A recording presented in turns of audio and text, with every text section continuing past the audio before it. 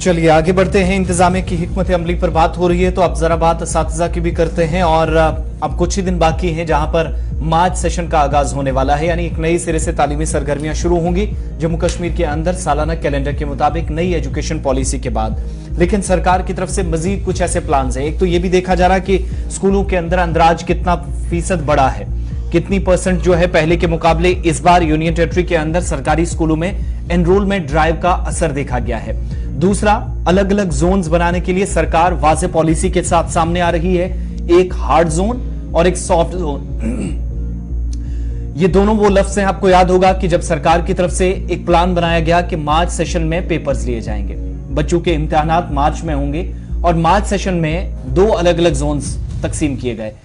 जैसे मार्च से अप्रैल के दरमियान पेपर होंगे तो बहुत सारे इलाके ऐसे हैं जो निचले इलाके हैं जहां पर बर्फबारी जल्द खत्म हो जाती है, सर्दी थोड़ी सी कम होगी, तो वो एरियाज जो है वो सॉफ्ट जोन में रखने का फैसला इंतजामिया ने उस वक्त किया था और उसके मुताबिक एग्जाम लिए जाएंगे। टाइमिंग में कोई फर्क नहीं, लेकिन दिन आगे पीछे कर दिए गए। ये डेट शीट जब सामने आई तब भी पता चला। दूसरे वो हार्ड जोन्स जहां पर सबसे ज्यादा मुश्किलात हैं और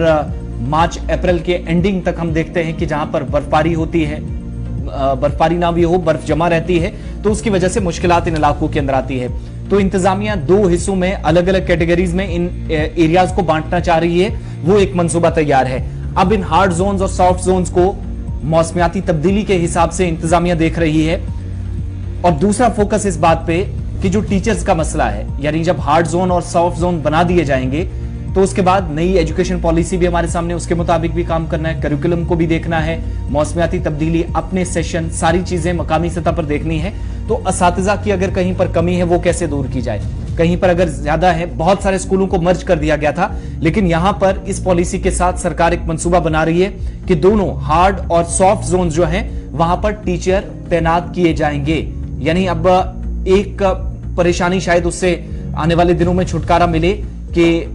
सालाना जो ट्रांसफर्स थी वो होती हैं जहां एरियाज, जिन एरियाज के अंदर जरूरत होती है उस हिसाब से एजुकेशन डिपार्टमेंट करता है। लेकिन आने वाले वक्त में जिस बात पर इंतजामिया फोकस कर रही है कि सरकारी स्कूलों के अंदर अंदराज भी बढ़े, असातिज़ा की कमी को भी दूर किया जाए, और जब हार्ड और सॉफ्ट जोन्स बना दिए जाएंगे तो सरकार के सामने आज के वक्त में बहुत सारे सवालात, कल भी जो रेडियो का प्रोग्राम, माहाना प्रोग्राम होता है, लेफ्टिनेंट गवर्नर इस प्रोग्राम के जरिए अवाम के सवालों के जवाब देते हैं, तो कल एक सवाल भी इस ताल्लुक से उनके सामने आया कि हार्ड जोन और सॉफ्ट जोन्स के अंदर आप तो कह रहे हैं कि पॉलिसी भी बनेगी, लेकिन उस सवाल के जवाब में लेफ्टिनेंट गवर्नर की तरफ से कहा गया कि टीचर्स, बहुत सारे इलाकों से शिकायत थी कि शहर के अंदर अगर कोई पढ़ा रहा है तो वो गांव के अंदर नहीं जाना चाहता, या गांव के अंदर अगर कोई 5-5, 8-8 सालों से तालीमी सरगर्मियां अंजाम दे रहा है तो फिर शहर के अंदर उसकी ट्रांसफर हो रही है। तो उस सवाल को और उन खदशात को दूर करते हुए लेफ्टिनेंट गवर्नर के मुताबिक इंतजामिया एक वाज़ेह पॉलिसी के साथ आने वाली है, बल्कि तैयारियां चल रही हैं और